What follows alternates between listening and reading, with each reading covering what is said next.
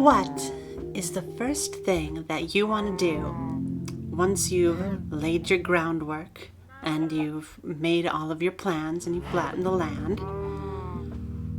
Well, you want to make sure that you don't starve to death. And so here we have one of your two main sources of food. The farm, or as I like to call it, the livestock hutch. Now you can see right here that I've built it in the same accordance as I do most of the other things in the village. They're a step up above the sidewalk.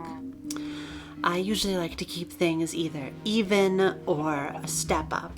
If I'm going to make something go a step below, why not make it a basement, which is a lot more aesthetic than just having a step down, of course, which looks quite shabby. So I'm quite fond of the arrangement I have here. I've always been fond of using wood as a pillar or a column or a supporter, as you once would in the olden days, using nice strong logs as the corners or pillars of your home. And so I like to use them here. Same thing with the walls here. I feel that the one block with the fence on top looks good for a, not a fortified wall, but an open air wall without being too tall. You can still see over it without having to climb it. It's quite pretty, I think. And of course, the roof. Let's slip on inside here. Thank goodness for fence gates. I love them. The roof slightly slanted with the front being a little higher than the back. I was actually inspired to make this playing Ocarina of Time, The Legend of Zelda. The little horse hutch in the back of Lon Lon Ranch. That's what I was thinking when I built this. And of course I went for a darker roof than the walls and pillars, because I always try to go for a darker roof. I feel that a darker roof is a bit more in tune with how we tend to build things. Tile tends to be a little bit darker than whatever color you paint the structure, or whatever the color the structure is naturally. Such as if you have white walls, you're probably going to have black tile. And so if I have, this light oak, I'm going to have a spruce roof. Now in here we have 4 little pens, and to my left are some cows, and to my right are some cows. And here I am, stuck in the middle with you. But the cows have always been here. You can see they have some little ones right now. Oh, aren't they just adorable? But over here we have some hogs, and over here we have some chickens.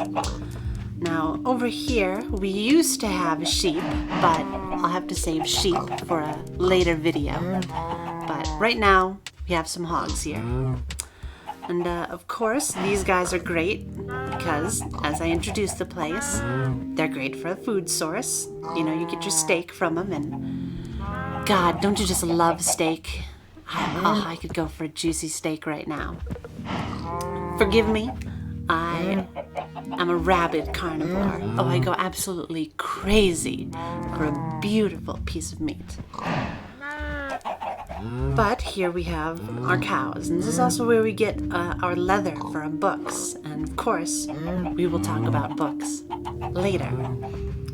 And I was never a big fan of pigs. I mean, in the original Minecraft, before the official release, pigs were great because they were your only real food source. They were the only way you could get, those pork chops. This is before steak and lamb shanks and whole chickens. If you wanted to eat, you had to go after pigs. But they don't provide anything else, so I never really touched them. So these pigs have been alive for a very long time. Chickens, conversely, provide another useful resource. They provide feathers, and eggs, obviously, considering you can see the eggs right now, but feathers, more importantly. So if you ever need a feathers, well, just cut a few down and hey, you get some whole chickens as well. And those fill up the food meter pretty well. Now over here I have the chest. And this is where I keep all of my eggs and my saddles. And of course my lead in case some of the guys get out, which occasionally they do, because you never know when lag is going to strike and one of your fence gates are going to get stuck open. And of course, breeding materials. And so yes, I try to keep things light in here, light and airy. You know, I wanted a space that was contained, you know, had a roof so that things weren't falling down on me, but at the same time had an open air feel.